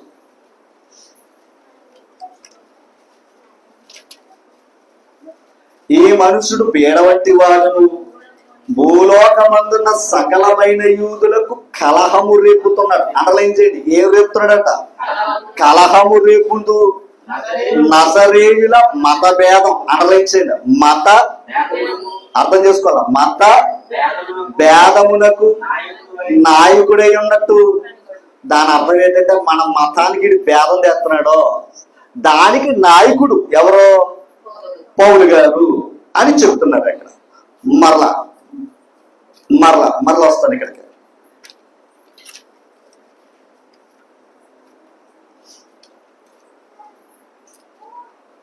పద్దెనిమిది వచ్చి 13 వచ్చి అపోస్తలుల కార్యాలు 18 వచ్చి 13 వచ్చి. వీడు చూడండి, ఎవరు? పౌలు గారిని. వీడు ధర్మశాస్త్రమునకు వ్యతిరేక్తముగా దేవుణ్ణి ఆరాధించుటకు జనులకు ప్రేరేపించుచున్నాడని చెప్పారట. ఎవరో? ఓకేనా? అక్కడ ఉన్న అధికారి. ఇప్పుడు పౌలు గారు ఏంటో తెలుసండి, ధర్మశాస్త్రానికి వ్యతిరేక్తముగా ఏం చేస్తున్నాడంట? ధర్మశాస్త్రానికి వ్యతిరేకంగా దేవుణ్ణి ఆరాధించటానికి ప్రజలు ఏం చేస్తున్నాడంట? ధర్మశాస్త్రం ఎక్కడ ఆరాధించమంది చెప్తాను. 21 అధ్యాయం 28వ వచనం, 27వ వచనం, 21, 27. 7 దినములు కావచ్చినప్పుడు ఆసియా నుండి వచ్చిన యూదులు దేవాలయములో అతన్ని చూచి పౌలుని సమూహం అంతటిని కలవరపరిచి అతన్ని బలవంతంగా పట్టుకున్నారట. అంటే పౌలు గారు ఎక్కడికి వచ్చాడు? దేవాలయం దగ్గర. యూదులందరూ చూసి పౌలు గారిని ఏం చేశారు? పట్టుకున్నారు. అండలించండి. ఇశ్రాయేలులారా సహాయం చేయరండి, ప్రజలకును ధర్మశాస్త్రమునకును, అండర్లైన్ చేయండి, ప్రజలకును ధర్మశాస్త్రమునకును ఈ స్థలముకు అంటే దేవాలయానికి విరోధముగా అందరినీ అంతటను బోధించుచున్నవాడు వీడే. ఎవరో? పౌలు. 3 సమస్యలు తెచ్చిపెట్టారు. 1 ప్రజలకి, 2 ధర్మశాస్త్రానికి, 3 దేవాలయానికి వ్యతిరేకంగా బోధిస్తున్నాడు వీడు. ఎవరో? పౌలు గారు. ఇప్పుడు చదవండి. మరియు వీడు గ్రీసు దేశస్థులను దేవాలయములోనికి తీసుకుని వచ్చి ఈ పరిశుద్ధ స్థలమును అపవిత్రపరిచి ఉన్నాడని కేకలు వేసి. ఎవరిని తీసుకుని రాలేదు ఆయన దేవాలయంలోకి? కనుక ఏం చేశారయ్యా అంటే, దేవాలయం అపవిత్ర అవ్వడానికి వాళ్ళు చూపించిందేటయ్యా అంటే, దేవాలయంలోనికి రాజువాడు ఒక ఉన్నాడంట, వాడిని తీసుకుని వచ్చాడని అబద్ధం చెప్పారంట. ఎవరి మీద? ఒక మాట చాలా జాగ్రత్తగా వినాలి, చాలా జాగ్రత్తగా వినండి దయచేసి.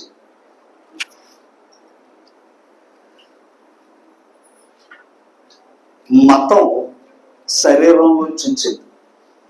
శరీర ధర్మమే మత ధర్మం. ఎప్పుడు కూడా గుర్తుపెట్టుకోండి, ఎవడైనా మతం మతం అని కొట్టుకుంటే దానికి సమాధానం ఏంటంటే మతం అనేది శరీరానికి సంబంధించింది. మతం పరలోకం తీసినారు, మతం మార్గం దగ్గరికి చెప్తుంది అంతే. ఓకే, శరీరం ఏం చెప్తుంది చెప్పండి నాకు? శరీరం ఏం చెప్తుంది నాకు? ఈ బోధ పక్కన ఇట్టేస్తాను. శరీరం ఏం చెప్తుంది? నా అంతరింద్రియములు నాకు బోధించుచున్నవే అంటాడు. ఈ శరీరం ఏం చేస్తుంది? జగటమన్నుగా ఉన్న నన్ను నీవు నిర్మించు. ఈ దేహం ఏం చేస్తుంది? నిర్మించిన వాడు నువ్వు అన్నాడా లేదా? కీర్తన 95 దగ్గరికి వచ్చేస్తే ఏమన్నాడు? నరులారా తిరిగి రండి. మనుషులు ఏం చేస్తున్నాడు ఆయన? అంటే ఒక్కడే చచ్చిపోతున్నాడా? కేవలం భారతదేశంలో ఉన్న వాళ్ళు చచ్చిపోతున్నారు, ఏ దేశంలో ఉన్న వాళ్ళు చచ్చిపోతలేదా? అంటే అందరు ఏమైపోతున్నారు? చచ్చిపోతున్నాడు. గమనించాలి, అందరూ చచ్చిపోయేది గమనించాలి. అందరూ ఆ విధానాల్లో ధర్మాల్లో ఉన్న వాళ్ళు చచ్చిపోతున్నారు. కానీ దేవుని దగ్గరికి చేరటమే మార్గం. దేవుని దగ్గరికి చేరటమే మార్గం. అది చెప్పడానికి వచ్చాడు ప్రభు. ఓకేనా? ఆనాడు ఏంటి? దేవాలయంలోకి ఇశ్రాయేలు 12 గోత్రాలు ఒకరికి మాత్రమే లోపల ఉంది, మిగిలిన వారికి కూడా లోపల అవకాశం లేదు. ఎందుకంటే వాళ్ళు పరిశుద్ధంగా ఉండాలి. దేవుడు పరిశుద్ధుడు కనుక పరిశుద్ధంగా అక్కడ కార్యాలు చెయ్యాలి కనుక, మిగిలిన వారు అపరిశుద్ధులుగా ఉన్నారు కనుక వారిని పరిశుద్ధం చేయడానికి వారిని ఏర్పాటు చేసుకున్నాడు అక్కడ ఆయన. ఇప్పుడు వీళ్ళు ఏం చేశారంటే అన్నును కూడా ఎక్కడ తీసుకొచ్చేస్తున్నాడు వీడు? అలా పెట్టారు. అందుకే కదా ఈ రోజు లోకం ఏముంది? మతం ఉంది. అందుకే చిన్నవాడికి దేవుని దగ్గరికి వెళ్ళే అవకాశం లేక చిన్న దేవుడిని ఇట్టారు అక్కడ. అర్థమైంది మీకు ఏదైనా? పెద్ద దేవుడేమో పెద్దవారికి, చిన్న దేవుడేమో చిన్నవారికి. అందుకే ఆ నరుణ్ణి ఎక్కడికి రాకుండా చేశారు? మతం ఏంటయ్యా అంటే వాడు అక్కడ రావడానికి అవకాశం లేదు. కానీ మార్గం ఏం చెప్తుందయ్యా అంటే యూదుడని, గ్రీసు దేశస్థుడని, అదనమాట, స్త్రీ అని, పురుషుడని, దాసుడని, యజమానుడని భేదం తీసేసాడు. మరి యూదులు అనే భేదం ఎందుకు వచ్చింది అంటే గమనించాలి. భేదం ఎందుకు వచ్చిందంటే వాళ్ళు చేసింది ఆటంకపరిచాడు ఆయన. యేసు ప్రభువే సమర స్త్రీతో ఏమన్నాడు? నీతో మాకు సాంగత్యం అదే చెప్పాను. మరి వాళ్ళతో సాంగత్యం చేయలేదంటే వాళ్ళతో స్నేహం చేయలేదు. కానీ ప్రభు ఏమన్నాడు? వారితో స్నేహం చేశాడు. అందుకు యూదులకి ఎలా ఉంది? ఆటంకంగా ఉంది, వ్యతిరేకంగా ఉంది. ఇదేంట్రా బాబు, మనమేమో నిష్ఠాగరిష్ఠులు, వీడు చూస్తే అందరితో తిరిగేస్తున్నాడు అనుకున్నాడు. అలాగే పౌలు కూడా ఏం చేస్తున్నాడు? అందరితోటే ఉన్నాడు. అందుకని ప్రభు చెప్పిన మార్గంలో ఉన్న అందరితో కలిసి ఉండటం వల్ల వాళ్ళు ఏమనుకున్నారంటే మతభేదం తెచ్చారు వీళ్ళు అని అన్నారు అనమాట. ఓకేనా? వాళ్ళు ఏం తెచ్చారంట? మతభేదం తెచ్చారంట. ఎవరు? ఒకసారి చూపిస్తారు చూడండి, ఆ మాట చదవండి. ఈ మనుషుడు అపోస్తలుల కార్యాలు 24:5. ఈ మనుషుడు పేడ వంటి వాడును, భూలోకమందున్న సకలమైన యూదులకు కలహములు రేపువాడును, నజరేయుల మతభేదములకు ఏమై ఉన్నాడు? నాయకుడి పౌలు గారు. మతభేదం చేస్తున్నాడు. అంటే యోధ మతం, క్రీస్తు మార్గం. పాయింట్ అర్థమైందా? క్రీస్తు మార్గం చెప్తాను. 19:23. 19:23. ఆ కాలమందు క్రీస్తు మతముని గురించిన పదం వల్ల అది క్రీస్తు ప్రభు లోకానికి చెప్పింది ఏంటి? మార్గములు కాదు, మతము కాదు, మార్గం అన్నమాట. క్రీస్తు లోకానికి చూపించింది ఏంటయ్యా అంటే మార్గం. ఓకేనండి? అందుకే ఎందరో నీతిమంతులు కూడా యేసు ప్రభు లోకానికి మార్గం అని గొప్పవారు కూడా ఒప్పుకున్నారు. గొప్పవారు కూడా చెప్పారు పరలోకం వెళ్ళాలంటే మార్గం ఎవరు? అమ్మ రెహమాన్ గారు, ఏఆర్ రెహమాన్ గారు, ఆయన ఒక సహోదరుడు. అయితే ఆయన మీరు ఎవరినైనా చూడాలనుకుంటే ఎవరు చూడాలని కోరుకుందయ్యా అని అడిగారు ఒక రిపోర్ట్. ఆయన ఏమన్నాడు తెలుసా? నేను యేసు ప్రభుని చూడాలి, యేసు ప్రభుతో మాట్లాడాలి ఉందయ్యా అన్నాడంట ఆయన. మరి ఆయన ఉన్నది వేరే కదా, వేరే మతంలోని యేసు ప్రభు ఎందుకు ఆయనకి? ప్రపంచానికి ఆదర్శమూర్తి ఆయన ఒకడే. ప్రపంచ ఒకటే మతం చెప్పడానికి ఒక దేశం వరకు అడిగిపోతాడు ఆయన. అదనమాట యేసు ప్రభు. ఈ అమాయకులకి ఇది అర్థం కాక మతం అంటే ఇశ్రాయేలు దేశంలోనే అడిగిపోతుంది. అది ఈ ప్రపంచానికి రాదు. ఎందుకంటే ప్రపంచానికి వచ్చేది మార్గాలు. మతం అనేది ఒకరికి నుండిది. అర్థమైంది. ఆ మతం కూడా ఆ మతంలో ఎవడైతే పుట్టాడో అక్కడ వరకు వెళ్తుంది, పొద్దుకునికి వెళ్తుంది. కానీ మార్గము ఎక్కడికైనా వెళ్తుంది. అది ఎక్కడ వరకైనా వెళ్తుంది. అందుకే క్రీస్తుని గూర్చిన మార్గమును గూర్చి చాలా అల్లరి కలిగిందండి ఆ కాలంలో. దేని ప్రకటిస్తే అది ఆనాడే కాదు ఈనాడు కూడా, ఆనాడే కాదు ఈనాడు కూడా ఏం కలుగుతున్నాయి అల్లర్లు. అందుకే చూడండి మత గొడవలు ఎందుకు వస్తున్నాయి. మంద కూడా మతం అనుకుంటున్నారు తప్ప ఇది మార్గం అని తెలీదు. మార్గం అని చెప్తే ఏమనుకుంటున్నారు, అల్లరి అల్లరి చేస్తున్నారు.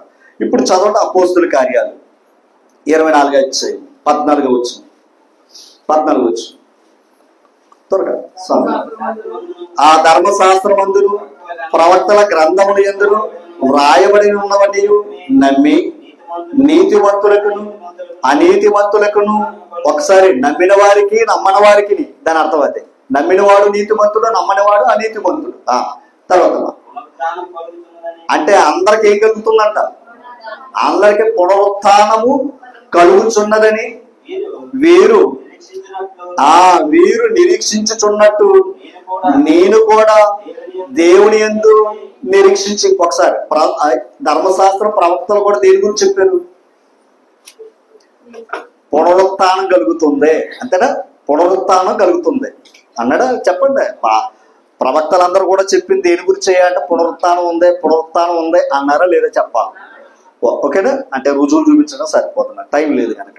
ఒక మాట, దావీదు కూడా పునరుత్థానం గురించి మాట్లాడాడు లేదో చెప్పాలి. అపోస్తుల కార్యాలకు వెళ్తే ఎవరు పునరుత్థానం గురించి చెప్పాడు, ఎందుకంటే పునరుత్థానము నేనే జీవము నేనే అన్నాడు ఆయన. ఎంతగా పునరుత్థానుడు ఎవరయ్యా అంటే యేసుక్రీస్తు. అంటే ఇప్పుడు ఆ నీతిమంతులకు అనీతిమంతులకు ఏముందంట, పునరుత్థానం ఉందంట. అంటే ఇంతకే పునరుత్థానం శరీరానికి ఆత్మక అదనమాట. ఓకేనా, ఆత్మకే. ఇప్పుడు దానికి నిరీక్షణ ఉంది కనుక అలాగే ప్రవక్తలు ఎదురు చెప్పిన బోధలు విన్నవారు ఎదురు చూశారంట. పౌలు గారు కూడా ఆ ప్రవక్తల మాటలు కూడా ఏం చేశాడంటే నిరీక్షించి, అంటే ఎదురు చూసి. ఓకేనా, ఎదురు చూసి. ఇప్పుడు చదవండి, నేను కూడా ఆ దేవుని యందు నిరీక్షించి వారు.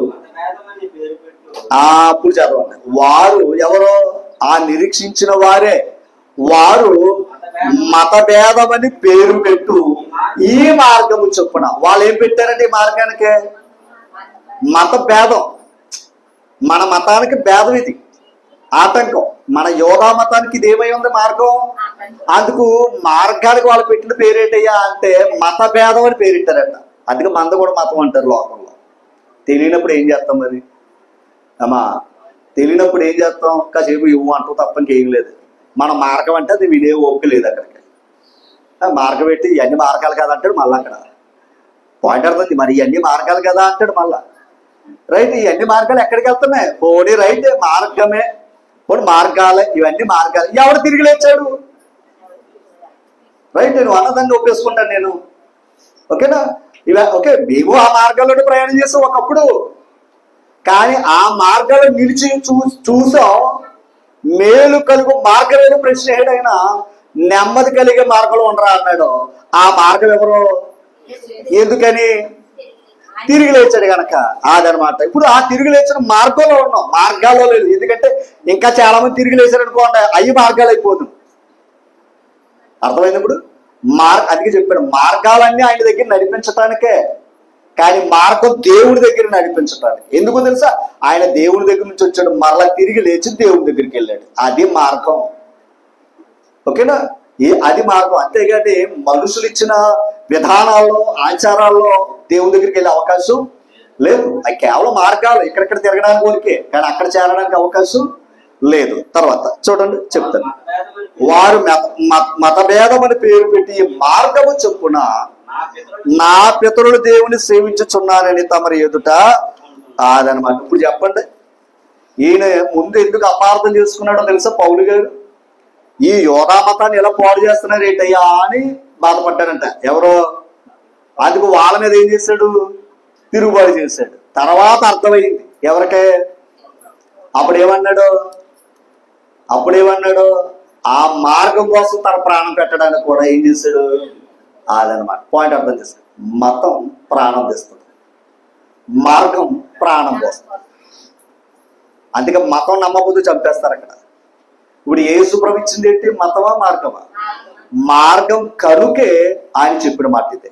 ఒక్కసారి ఇంకొన్ని మాట, ఇంకొక మాట చెప్పేసి నేను ముగింపులోకి వెళ్ళిపోతాను.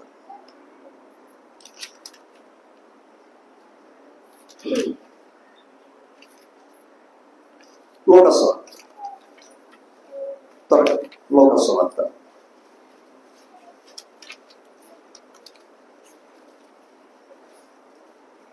12వ అధ్యాయం 4వ వచనం. అక్కడికి వెళ్లే ముందు ఎక్కడికి? లోకస్వార్తలకు వెళ్లే ముందు అప్పటికే ప్రపంచంలో ఏముంది? మతం ఉంది. ఈ మతం ఇందాక చెప్పినా ఒకరిని కలుపుకోవడానికి మీరు ఎంత దూరమైనా వెళ్తారా, అవసరమైతే ఎవరినైనా ఏం చేస్తారో. యేసుప్రభు చెప్పింది ఎందుకు అనుకున్నారా? మన మతం పాడు చేస్తాడని చెప్పారు. విచిత్రం ఏంటంటే ఈ అమ్మాయికి అర్థం కావటం లేదండి. మతంలోనే పుట్టాడైనా ఎవరు? మరి ఆ మతస్థులు ఎందుకు చెప్పాలండి? మార్గం చెప్పాడు కనుక.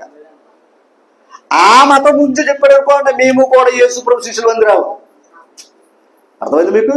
మేము కూడా ఎవరు శిష్యులందు? యేసుప్రభు శిష్యులని. ఇంకా గొప్పగా ఉంది ఆయన. కానీ మతం గురించి చెప్పాల. మతం గురించి చెప్పలేనందుకే ఆయన అపార్థం చేసుకున్నారు. మతం గురించి చెప్తే ఆయనకి ఎప్పుడో గౌరవ మర్యాదలు దక్కుతున్నాయి. ఆయన పాయింట్ అర్థం చేసుకోవాలి. ఆ ఒక్క చిన్న మూడు అర్థం విప్పిపోతే సరిపోతుంది వీళ్ళకి. ఓకేనా? ఎంతకైతే ఆ మతస్థులు ఎందుకు చెప్పారంటే, ఒరే మతం పరలోకం తీసుకుని వెళ్తారా అన్నాడు ఆయన. అది ఆయన అన్నాడు ఏమని? ప్రాణ హత్య ధర్మమా, ప్రాణరక్షణ ధర్మమా అన్నాడు ఆయన. మనిషిని చంపడం ధర్మమా మతం అయితే? మనిషిని రక్షించడం ధర్మమా అన్నాడు. అందుకని ఆయన చెప్పారు ఎవరినే? యేసుప్రభు. అందుకని ఒక విషయం చెప్తాను చూడండి, ఒక మాట. యోహాను సువార్త త్వరగా 12వ అధ్యాయం 42వ వచనం. అయినను అధికారులలో కూడా అనేకులు ఆయన యందు విశ్వాసం ఉంచారట. అధికారులు కూడా ప్రభువుని నమ్ముతున్నారట. ఏమండి? గాని సమాజములో నుండి వెలివేయబడుదునేమో అని. అంటే ఇప్పుడు ఎవరికి భయపడుతున్నారు వీళ్ళు? సమాజాలకి. అంటే మనుషులు ఏం చేస్తారో వెలేస్తారో. పాయింట్ అర్థం చేసుకోవాలి. సమాజములో వెలివేయబడుదేమో అని పరిచయులకు భయపడి ఒప్పుకోలేకపోతున్నారట ప్రభు ఎదురుకుంటూ వచ్చి. అంటే లోపల ఏముంది? విశ్వాసం ఉంది. కానీ మనుషులు ఎదురు ఏం చేయలేకపోతున్నారు? ఒప్పుకోలేకపోతున్నారు. ఎందుకు? ఒప్పుకున్నారా వీళ్ళు వెలేస్తారు. దేవుడు వెలేడు. అందుకు మనుషుల కోసం వీళ్ళు ఏం చేస్తున్నారు? మతంలోనే బతకాలి తప్ప, మతంలో చచ్చిపోవాలనుకున్నారు తప్ప దేవునికి భయపడడం లేదు. తర్వాత మర్చదు అక్కడే. చూడండి, వారు దేవుని మెప్పు కంటే, అది ఇప్పుడు దేవుని మెప్పు కంటే ఏ మెప్పు కోరుతున్నారు వాళ్ళు? అమ్మా కానీ అదే యెషయా గ్రంథంలోకి వెళితే 51:7 త్వరగా చదవండి. అక్కడ యెషయా గ్రంథం 51:7 త్వరగా 51:7 లేదండి 51:7 చదువు.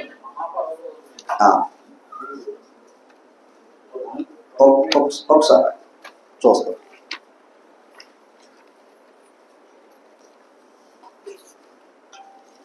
యాభై 7 నీతిని అనుసరించి వారులారా నా మాట వినడి, నా బోధన హృదయమందుంచుకుని జనులారా ఆలకించడి, మనుషులు పెట్టు నిందకు భయపడకుడి.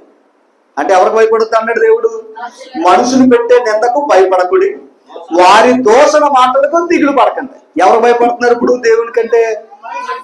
దేవుడు ఏమన్నాడు? మనుషులు భయపడకండి అన్నాడు. ఆడంత బలవంతుడు నరుడు అంటే చెప్తున్నాడు 12వ వచనం. నేనే మిమ్మల్ని ఓదార్చువాడను, చనిపోవు నరుడికి తృణమాత్రుడకు నరుడికి ఎందుకు భయపడతావురా అన్నాడు ఆయన. చచ్చిపోయిన నరుడికి నువ్వెందుకు భయపడతావు? పనికిరాని నరుడికి నువ్వెందుకు భయపడతావు అన్నాడు ఆయన. అమ్మా ఆలోచన చెయ్యాలి. ఇప్పుడు లోక సువార్త దగ్గరికి రండి. 12:4 వచనం. 12:4 నా స్నేహితులైన మీతో నేను చెప్పినదేమనగా, దేహమును చంపిన తర్వాత మరి ఏమీ చేయలేరని వారికి భయపడతాడు. దేవుని చంపిన తర్వాత ఆత్మను ఏం చేయలేడు. ఎవరో నరుడు, ఆడికి భయపడకండి, దాని అర్థం అది. తర్వాత చూడండి, ఎవరికి మీరు భయపడవలనో మీకు తెలియజేస్తున్నాను. అంటే ఎవరికి భయపడాలో భయం చెప్తున్నాడు అనమాట దేవుడు. ఏమని చూడండి, చంపిన తర్వాత నరకములో పడద్రోయు శక్తి గలవానికి భయపడు, ఆయనకే భయపడుడని. ఇప్పుడు చెప్పండి, మనుషుడు ఏం చేస్తాడో చంపేస్తాడు. చంపేస్తే తర్వాత ఆత్మను చంపేవాడు ఆడికి లేదు ఆ శక్తి. తర్వాత ఆత్మను నరకంలో వేసే శక్తి ఎవరికి లేదు, నరుడికి లేదు. ఇప్పుడు ఆయన ఏమన్నాడంటే, మనుషుడు చంపే వాడికి భయపడకో, వీడు చంపేస్తే ఇక్కడ చచ్చిపోతావు. ఆ ఆత్మను కూడా నరకం తీసేవాడు ఉన్నాడు కదా ఒక ఆయన, ఆయనకు భయపడు అన్నాడు. ఇప్పుడు చెప్పండి, మనుషులు దేని భయపడుతున్నారో? మనుషులు భయపడతారు. ఎందుకంటే ప్రాణం తీసేస్తారేమో, మాట్లాడబోతే మనతో కలిసి ఉండరేమో. ఓకేనా? మరి తర్వాత జీవితం, మరి చాలా మంది అన్నారు కదా మార్గాలు మార్గాలు మార్గాలు. ఎక్కడికి మార్గాలు? మరి దేవుని దగ్గరికి వెళ్తే తర్వాత మరి దేవుని దగ్గరికి వెళ్ళాలంటే ఇక్కడ ఎలా బ్రతుకుతున్నాం? మనుషులు దేశిస్తే దేవుని దగ్గరికి ఎలాగెళ్తాం? మనుషులు ప్రేమిస్తే కదా. మనుషుల్ని ఏమనుకోక మనుషులు బాధ పెడితే దేవుని దగ్గరికి ఎలాగెళ్తాం? నువ్వు నమ్ముతావా లేదా ఎవరినే? యేసుప్రభు నమ్మకపోతే నీ ఎంత చూస్తా ఉన్నవాడు ఎవరైనా ఉన్నాడు? చెప్పండి. యేసుప్రభు నమ్మకపోతే ఏం చేస్తాను అన్నవాడు ఒక్కళ్ళు లేడండి. ప్రకటించండి. వింటారా? ఓకే. వినలేదా? విడిచిపెట్టేయండి. ఇంకా ఆయన ఏం చెప్పాడు తెలుసా? ముచ్చెలు పందుల దగ్గర ఏంటన్నాడు ఆయన. ఎవరయ్యా అంటే శాస్త్రులు, పరిశీలు. ఇంకా లోపలికి వెళ్ళాలంటే మత పిచ్చిలో ఉన్నారు చూసారా, వాళ్ళ దగ్గర అసలు చెప్పకూడదు. మన వాళ్ళు అక్కడే కూర్చుంటున్నారు పెద్ద ఏదో ప్రెస్ మీట్ల కింద. వాడేమో ద్వేషించేవాడు, నువ్వేమో ప్రభు గురించి చెప్తావా? అమ్మా, ఒక మాట అన్నాడు, ఏమనుకోద్దు. అనుమానంతో కాపురం చేసేవాడి దగ్గర నమ్మకాన్ని ఎలా చెప్పగలవు? అనుమానంతో కాపురం చేస్తున్నాడు, ఇక నమ్మకాన్ని ఎలా పెంచగలవు? రాదది. అది ఎవరి వల్ల కాదు, అనుమానం రానని చెప్పే. ఆ అనుమానం వచ్చిందంటే దాన్ని మన వల్ల కాదు. ఓకేనా? ఎందుకంటే అనుమానం అనే మాటకి ఎందుకంటే దెయ్యంతో ఉన్నాడు, అదనమాట. రైట్. కొన్ని విషయాలు మనం ఆలోచన చేసి ముగింపులోకి వెళ్తాం. అందుకని యేసు ప్రభు చెప్పిన మాట ఏంటయ్యా అంటే యోహాను సువార్త ముగింపుగా తీసారా? యోహాను సువార్త 15వ అధ్యాయము 19వ వచనం. యోహాను సువార్త త్వరగా చూడండి. మీరు లోక సంబంధులని ఎడల లోకము తన వారిని స్నేహించును. మీరు లోకస్తులు అనుకోండి, లోకం అంతా మీకు చుట్టాలే, స్నేహితులే. ఓకేనా? తర్వాత మాట, అయితే మీరు లోక సంబంధులు కాదు. తర్వాత, నేను మిమ్మల్ని లోకములో నుండి ఏర్పరచుకుని ఉన్నాను, అందుచేతనే ఆ లోకము మిమ్మల్ని. అది లోకం మనల్ని ఎందుకు ద్వేషిస్తుంది? మనం ఇంకొకరితో స్నేహం చేస్తున్నాం కనుక. అర్థమైందండి? మనం ఇంకొకరితో స్నేహం అదే లోకంతో స్నేహం చేస్తే అందరు స్నేహితులే. తర్వాత మాట చాలు. ఒక్కసారి 14 వచ్చు, ఒక్కసారి 13 వచ్చు. తన స్నేహితుల కొరకు తన ప్రాణము పెట్టువాని కంటే ఎక్కువైన ప్రేమ గలవాడు ఎవడు? ఇప్పుడు చెప్పండి, యేసుప్రభు ఏమన్నాడు? మీరు నా స్నేహితులు రా అన్నాడు ఆయన. అన్నాడా లేదా? ఇప్పుడు ఆ స్నేహితుడు ఏం చేశాడు? ప్రాణం పెట్టాడు తప్ప ప్రాణం తీయలేదు. ఇప్పుడు ప్రాణం పెట్టే ప్రభుతో స్నేహం చేస్తే పరలోకాన్ని చేరగలుగుతాం. ప్రాణం తీసే ఏ స్నేహమైనా, ఏ విధానమైనా అది స్నేహం చేస్తే ఎప్పటికైనా ఏమవుతుంది? ప్రమాదం. ప్రాణం తీసేది ఎప్పటికైనా ప్రమాదం. ప్రాణం పోసే స్నేహం చెయ్యాలి. అందుకే నిజమైన స్నేహితుడు. రైట్. లోకం కూడా స్నేహమే, కానీ అది ఏంటో తెలుసండి? మనల్ని కష్టాల్లో గింటుతుంది, నరకంలో గింటిద్ది. అర్థమైందండి? అవసరం ఎందుకన్నాడు? మీ మతంలో కలుపుకోవడానికి మీరు ఏం చేస్తారో, అవసరమైతే సముద్రాన్ని చుట్టూ తిరుగుతారు, భూమిని చుట్టూ తిరిగి వచ్చేస్తారు. కానీ ఆడు దొరికినప్పుడు ఆయన ఏం చేస్తాడు? నరకంలో పాడేస్తారు రండి అని అన్నాడు ఆయన. నరకంలో పోయేయడానికి యేసుప్రభు రాలా, మన కొరకు ప్రాణం పెట్టడానికి వచ్చాడు. ప్రాణం పెట్టాడు, తిరిగి లేచాడు. తండ్రి దగ్గరికి వెళ్ళాడు. మరలా వస్తాను, మరలా తీసుకుని వెళ్తాను అన్నాడు. ఒక మాట, ప్రాణం పెట్టే స్నేహితుడితోనే సహవాసం చేయాలి. ప్రాణం తీసేవాడు ఎవరో లోకానికి తెలుసు. ఓకేనా? ప్రాణం తీసే స్నేహితుడు ఎవరో తెలుసు, అవసరాల కోసం ఆ స్నేహం చేసేవాడు ఎవరో తెలుసు. మనల్ని పాడు చేసే స్నేహం ఎప్పుడు కూడా చేయకూడదు. చివరి మాట, హెబ్రీ పత్రిక ఆ మార్గం గురించి మాట్లాడుతూ ముగించేసుకుందాం. 10:19. సహోదరులారా, యేసు మన కొరకు ప్రతిష్ఠించిన మార్గం. ఈ మార్గం ఎవరు ప్రతిష్ఠ చేశారంట? అండర్లైన్ చేయండి. యేసు ప్రభు ఇచ్చిన మార్గం ఇది. మతం కాదు సుమ. మతం అయితే ఇందాక చెప్పాను, మటర్లే. నమ్మబుద్ధి చంపేస్తామన్నారు కదా. మరి ఇప్పుడు యేసు ప్రభుడు ఎందుకు చెప్పారు? ఆయన వారి మతాన్ని కంటే మార్గం గొప్పదని చెప్పినది. పౌరులు కూడా ఎందుకు చెప్పాలని చూస్తున్నారు? మార్గం గొప్పదని చెప్తున్నాడు. మతం కాదురా బాబు. మతం అయితే దేశం ఇక్కడ బ్రతకడానికే, శరీరం ఉన్నంత సేపు మతం. కానీ ఆ మార్గం అనేది ఆత్మ దేవుని దగ్గరికి వెళ్ళేంత వరకు, మట్టి మీద ఉన్నంత, మట్టి దేహంతో ఉన్నంత వరకే మతం. చనిపోయిన తర్వాత మతం మన పరలోకం తీసుకెళ్తాం. మతంలో ఉండి మార్గాలు వెతుక్కోవాలి. ఓకేనా? దేవుడు ఇదంతా ఈ మార్గాలను ఎందుకు ఇచ్చాడంటే, అసలు మార్గం వెతుక్కోరా అన్నాడు ఆయన. ఆ మేలు కలుగు మార్గం ఏదో వెతుక్కో అన్నాడు. అక్కడ ఏముందంట? నెమ్మది ఉందంట. యేసు ప్రభు ఏమిస్తా అన్నాడు? నెమ్మది ఇస్తా అన్నాడు. ఓకే, కిందకు వచ్చాడు. అక్కడ మాట చూడండి. మన కొరకు ప్రతిష్ఠించిన మార్గమున అనగా నూతనమైనదియు జీవము గలదియు. ఆయన మార్గంలో ఏముంది? నూతనం ఉంది, జీవం ఉంది. ఇప్పుడు చెప్పాడు, ఆయన శరీరమను తెర ద్వారా. ఒక్కసారి కలిపేకంటే, ఆయన శరీరమను తెర. ఇప్పుడు మనం బాప్తిసం పొంది ఆయన శరీరంలో కొంచెం స్వరక్తం ఇచ్చి సంపాదించిన సంఘం. ఇప్పుడు మనం అందరం ఎక్కడ ఉన్నాం? ఆయన శరీరంలో ఉన్నాం. ఆయనతో సహవాసం చేస్తున్నాం. ఓకేనా? చూడండి, శరీరమను తెర ద్వారా ఏర్పరచబడినదియునైనా. అంటే తెర ఎందుకు అన్నాడు తెలుసా? ఆనాడు దేవుని యొక్క సన్నిధికి వెళ్ళాలంటే తెర ఉండేది. గర్భాలయంలో ఏముండేది? తెర. ఎందుకంటే పరిశుద్ధ స్థలం, అతి పరిశుద్ధ స్థలాన్ని వేరుపరిచేది తెర. ఇప్పుడు మనం ఎక్కడ ఉన్నాం తెలుసా? అంటే మార్గంలో ఉన్నాం. తెర అడ్డు. ఆల్రెడీ ఎక్కడికి వచ్చేసాం? మార్గం దగ్గరికి వచ్చేసాం. ఇప్పుడు అందుకే అన్నాడు, యేసు ప్రభు ద్వారా మాత్రమే తండ్రి దగ్గరికి వెళ్తాం. అది చెప్పాడు ఇక్కడ. చూడండి, ఆయన శరీరమును తెర ద్వారా ఏర్పరచబడిన మార్గము. ఆ మాటలు చదువుతూ చోర జీవితం కాదు. ఆయన రక్తము వలన పరిశుద్ధ స్థలమునందు. ఇప్పుడు అర్థమైంది. ఇప్పుడు ఆ భాగ్యం మనకి ఎలా దక్కింది? ఆయన పరిశుద్ధ రక్తము ద్వారా ఆయన మార్గంలోకి వచ్చామంట. ఆ రక్తంలో లేకపోతే ఆయన మార్గంలో ఉండే అవకాశమే లేదు. అందుకే ఒక మాట, ఆయన రక్తం మన పాపాలు కడిగింది. పాపాలు కడిగిన కనుక దేవుని దగ్గర రావడానికి అవకాశం దక్కిందంట. తర్వాత మరలా చదవండి. మనకు ఒకసారి ఆయన రక్తం వల్ల పరిశుద్ధ స్థలమునందు ప్రవేశించుటకు మనకు ధైర్యము కలిగి ఉన్నది గనుక దేవుని ఇంటి పైన మనకు గొప్ప యాజకుడు ఉన్నాడట.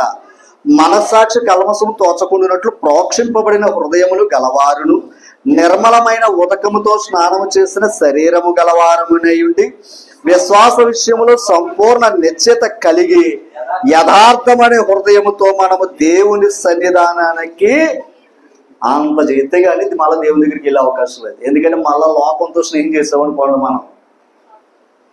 మనం పడిపోయే అవకాశాలు ఉన్నాయి. మోషేతో అబ్రహాంతో స్నేహం చేశాడా లేదా దేవుడు? మోషేతో స్నేహం చేశాడా లేదా? ఇశ్రాయేలు వారితో స్నేహం చేశాడా లేదా?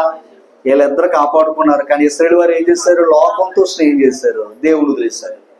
అలాగే యేసు ప్రభు కూడా ఏమన్నాడు? ఆ మార్గంలో మనతో స్నేహం చేశాడు. స్నేహం చేసి మన కొరకు ప్రాణం పెట్టాడు. ప్రాణం పెట్టిన ఆయనతో స్నేహం చేసి ఆ మార్గంలో మనం ప్రయాణం చేస్తున్నాం. ఈ ప్రయాణంలో గమనించాలి, ఈ ప్రయాణంలో అదిగా ఆ మాట చూడండి, ఉదకమైన స్నానము ద్వారా ప్రోక్షింపబడిన హృదయాలు, మనస్సాక్షి కల్మషం ఉండకూడదు. మరలా ఎక్కడ ఏ మాత్రం మాలిన్యం మనలో ఉన్నా, లోకముని పెంటను మనలో తెచ్చుకున్నా మరలా లోకంలో కలిసిపోయే, ఇశ్రాయేల్లో కలిసిపోయే అవకాశం ఉంది. మళ్ళా దేవుడికి దూరంగా వెళ్ళిపోయే అవకాశం బాగుంది. ఇప్పుడు ఈ మార్గం ద్వారా ఎక్కడికి వెళ్తాం? తండ్రి సన్నిధానానికి చేరతాం. అనగా పరలోకం చేరే భాగ్యాన్ని దేవుడు మనకి ఇచ్చాడు. చాలా మందికి ఆ భాగ్యం లేదు. దేవుని కృప వల్ల మనకు కలిగిన భాగ్యాన్ని కాపాడుకోవడానికి మన ప్రయత్నం చేయాలి. లోకంతో స్నేహము, రైట్. అలాగే దేమ ఈ లోకము స్నేహించి వెళ్ళిపోయాడు. అలాగే మనం కూడా లోకంతో స్నేహం చేస్తే నష్టపోయేది మనమే. ఓకేనా? మన కోసం ప్రాణం పెట్టిన వారితో స్నేహం చేయాలి. ఆ వాక్యం కలిగిన వారితో స్నేహం చేయండి. మనల్ని బాగు చేసే వారితో స్నేహం చేయండి. మనల్ని పాడు చేసే వారితో స్నేహం చేయాలి. ఓకేనా? మతం శరీరానికి, మార్గం ఆత్మకే. అందుకే మార్గం అనేది అక్కడికే, ఆత్మ అక్కడికి వెళ్తుంది. అందుకు మార్గం. మతం అనేది శరీరానికి. అందుకే ఇక్కడ ఈ ఆచారాలు. కానీ ఈ ఆచారాలు దేవునికి దూరంగా బ్రతకమని చెప్పాల. మతంలో ఉన్న ప్రేమించమని చెప్పింది. అందుకే నినువలిని పొరుగు, నీ దేవుడైన యెహోవాని ప్రేమించాలి, నినువలిని పొరుగువాన్ని ప్రేమించమని ధర్మశాస్త్రం చెప్పింది, యేసు ప్రభు చెప్పాడు. ఓకేనా? ధర్మశాస్త్రం క్రీస్తు దగ్గర నడిపించింది. ధర్మశాస్త్రం క్రీస్తు దగ్గర నడిపించింది. ఇప్పుడు క్రీస్తు తండ్రి దగ్గర. పాయింట్ అర్థం చేసుకోవాలి. ధర్మశాస్త్రం క్రీస్తు దగ్గర నడిపిస్తే క్రీస్తు దేవుని దగ్గర నడిపించాడు. ఓకే? కనుక మార్గాలన్నీ కూడా మార్గం దగ్గర నడిపించాయి. మార్గము తండ్రి దగ్గరికి నడిపిస్తుంది. ఆ మేలు కలుగు మార్గము, ఆ సత్య మార్గంలో, నిత్య మార్గంలో, జీవ మార్గంలో, పరిశుద్ధ మార్గంలో, జ్ఞాన మార్గంలో, విశ్వాస మార్గంలో, జీవ మార్గంలో, ఓకేనా, రాజ మార్గంలో బోళ్ళు ఉన్నాయి. ఆ పదాలన్నీ చెప్పాలంటే ఆ మార్గంలో చేరే భాగ్యాన్ని ఇచ్చాడు, మనకి ఇచ్చాడు. దాన్ని కాపాడుకోవడానికి మన వంతు మనం ప్రయత్నం చేయాలి. మరొకసారి మీ అందరినీ కూడా ప్రేమతో విన్నందుకు వందనాలు తెలియజేస్తూ, నన్ను నేను హెచ్చరించుకుంటూ అందరికీ కూడా హృదయపూర్వక వందనాలు. Thank you.